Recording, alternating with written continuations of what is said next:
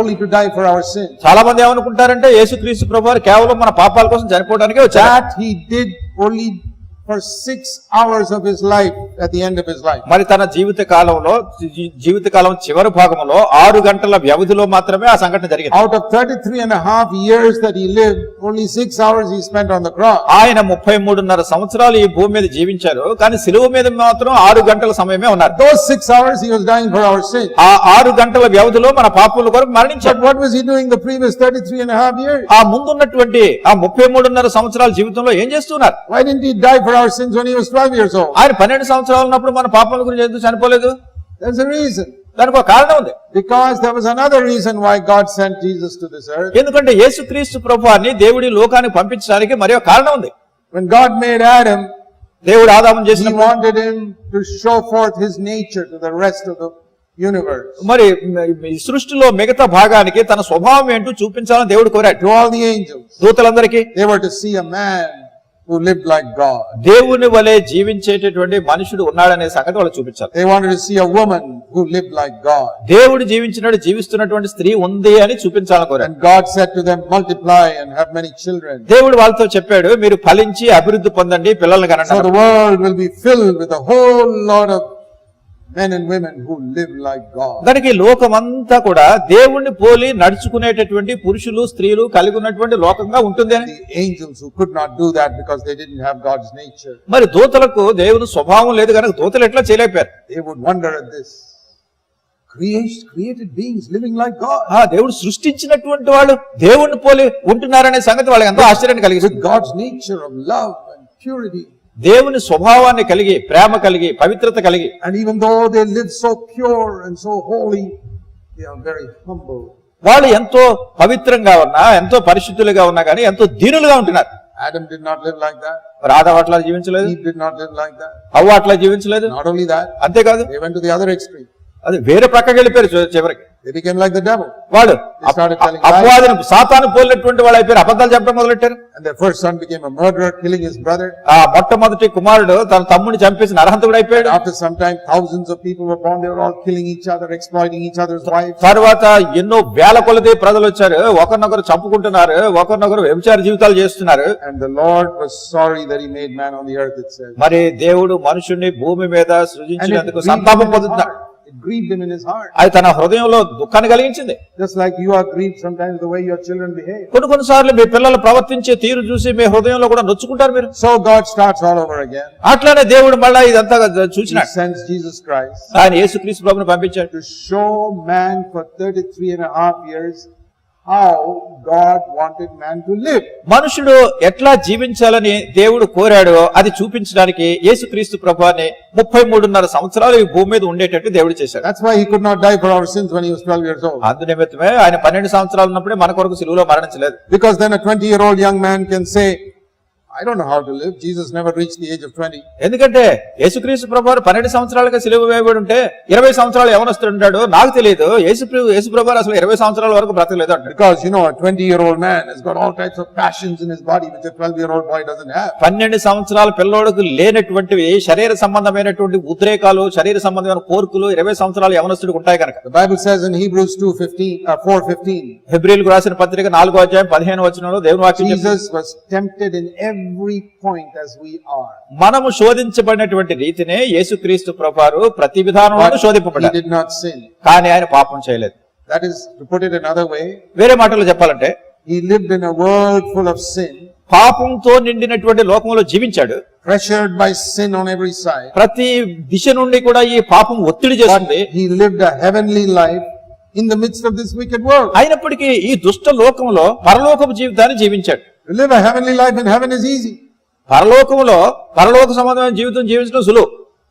But to live a heavenly life on earth, కానీ పరలోక సంబంధమైన జీవితం భూమి మీద జీవించాలి అంటే that's really tough. అది నిజంగా చాలా క్లిష్టమైంది, కష్టమైంది. See, to live a clean, hygienic life in very clean, hygienic surroundings is easy. చాలా పరిశుభ్రమైనటువంటి వాతావరణంలో పరిశుభ్రమైనటువంటి జీవితం జీవించడం చాలా సులువు. But to live a clean, hygienic life in a slum, that's not easy. అయితే అన్ని మురికి వాడల్లో చాలా పరిశుభ్రమైన జీవితం జీవించాలంటే చాలా కష్టమైంది.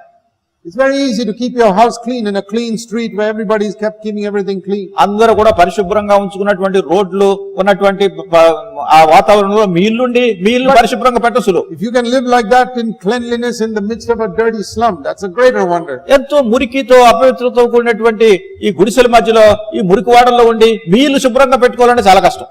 This earth is like a slum as far as sin is concerned. ఈ భూమి కూడా ఈ పాపంతో కూడి ఉండటం వల్ల ఇది కూడా మురికి వాళ్ళ కనపడుతుంది. Jesus came to this slum and lived a heavenly life. యేసుక్రీస్తు ప్రభువారు ఈ మురికి వాడలోకి వచ్చి ఆయన పరలోకపు జీవితాన్ని జీవించాడు. All through history the devil has said nobody can live a heavenly life on this earth. ఈ చరిత్ర అంతట్లో కూడా అపవాది చెప్తూ ఉంటున్నాడు, ఎవరు కూడా పరలోక సంబంధమైన జీవితాన్ని జీవించలేరు ఈ భూమి మీద. I mean, even now I've heard believers say, ఇప్పుడు కూడా నేను విశ్వాసం చెప్పడం వింటాను. oh brother, you don't know, the people in my office are so bad, they speak such rotten stuff, I cannot be a Christian there. వాళ్ళు అంటారు, సహోదరుడా మా ఆఫీసులో ఉన్నటువంటి ప్రజలు ఎంత చెడ్డ మాటలు మాట్లాడుతూ ఉంటారంటే వాళ్ళ మధ్యలో నేను క్రైస్తవునిగా జీవించడం చాలా కష్టం. Everybody is telling lies, I also have to tell lies.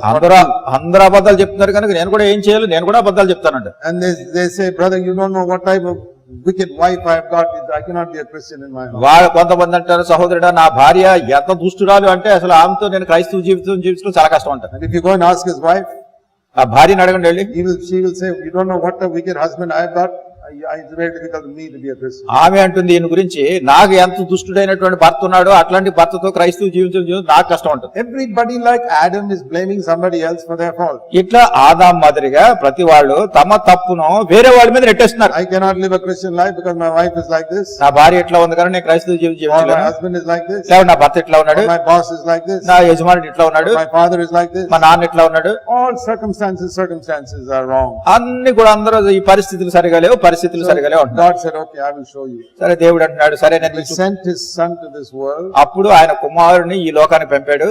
To live in a very poor home. చాలా పేద గృహంలో జీవించాడు చేసినాడు. Have you seen in Hyderabad how the carpenters live? Hyderabad లో ఉన్నటువంటి వడ్రంగి వాళ్ళు జీవించే విధానాన్ని మీరు చూసారా? Do you think the carpenters in Hyderabad are living in big mansions? మరి హైదరాబాద్ లో ఉన్నటువంటి ఈ వడ్రంగి పని చేసేటటువంటి వాళ్ళు పెద్ద పెద్ద రాజభవనాల్లో ఉంటారా? God didn't send Jesus to a palace. యేసుక్రీస్తు ప్రభువారిని దేవుడు పెద్ద భవనంలో పంపలేదు. Then the poor people say, it was easy for him. He was living in a rich house with a separate bedroom for himself and all that. అలా ఉండినట్టయితే పేదవాళ్ళందరూ అంటారు, లేదు అటువంటి భవనంలో ఉండి ఆయనకి ప్రత్యేకమైన పడక గది ఉండి అన్ని ఏర్పాట్లు ఉండే జీవించడం చాలా సులువు అక్కడ. God sent his son into a very poor home. మరి దేవుడు తన కుమారుని చాలా పేద గృహానికి పంపించాడు. He had 4 younger brothers, 2 younger sisters who did not believe in him. ఆయనకు 4 తమ్ముళ్ళు ఉన్నారు, 2 చెల్లెళ్ళు ఉన్నారు. వాళ్ళు యేసు ప్రభునందు విశ్వాసం ఉంచలేదు. They must have troubled him day and night. మరి ప్రతిరోజు రాత్రి పగళ్ళు ఈయన ఎంత కష్టం కలిగించుంటారు. Haven't you seen how your children fight with each other? మీ పిల్లలు కూడా ఒకరితో ఒకరు ఎట్లా కొట్లాడుకుంటారు తెలుసు కదా మీకు. Well, Jesus' brothers were just like that. యేసుక్రీస్తు ప్రభువారి తమ్ముళ్ళు కూడా అట్లాగా, His sisters were like that. కానీ చెల్లెళ్ళు కూడా అట్లా ఉన్నారు. And particularly when they found he's a good holy person, ప్రత్యేకంగా ఈయన చాలా పవిత్రమైనటువంటి జీవితాన్ని జీవిస్తున్న వ్యక్తి they అన్నప్పుడు would have troubled him even more. ఇంకా అధికంగా ఆయన కష్టపెట్టి ఉంటారు. Haven't you seen this? How bad people like to trouble people till they make them sin.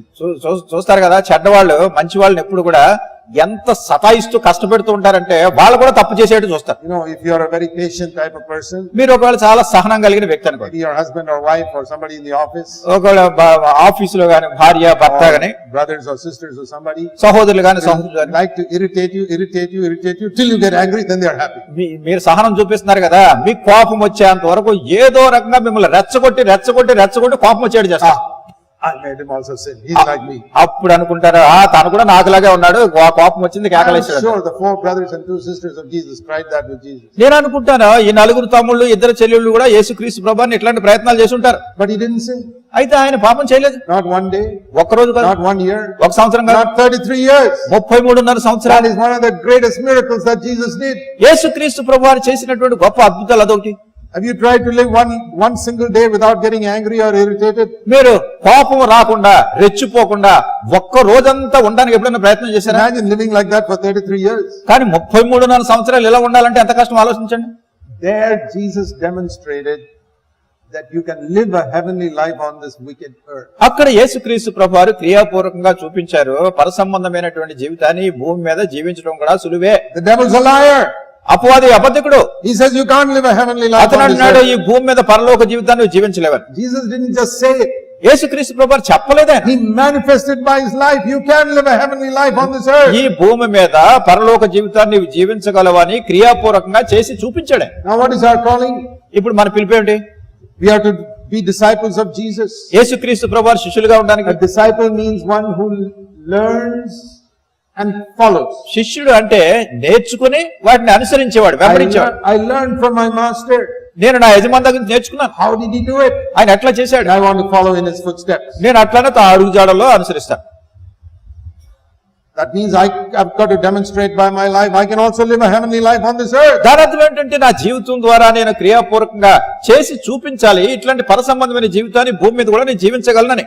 That is your calling if you are a born again Christian. నీవు తిరిగి జన్మించినటువంటి క్రైస్తవుని అయితే నీ పిలుపది. That is what the Lord wants us to demonstrate. మనం ఆ రీతిగా చేసి చూపించాలని ప్రభు మనం కోరుతున్నాడు. Now if you are not a born again Christian, then you don't have that calling. నువ్వు తిరిగి జన్మించిన వ్యక్తివి క్రైస్తవుని కాకపోతే నీకు ఆ If you పిలుపు say లేదు. you are a born again Christian, కానీ నువ్వు తిరిగి జన్మించిన క్రైస్తవుని అని చెప్తే then you have to recognize this is your responsibility. అప్పుడు మీరు గుర్తించాలి మీకున్న బాధ్యత ఇది.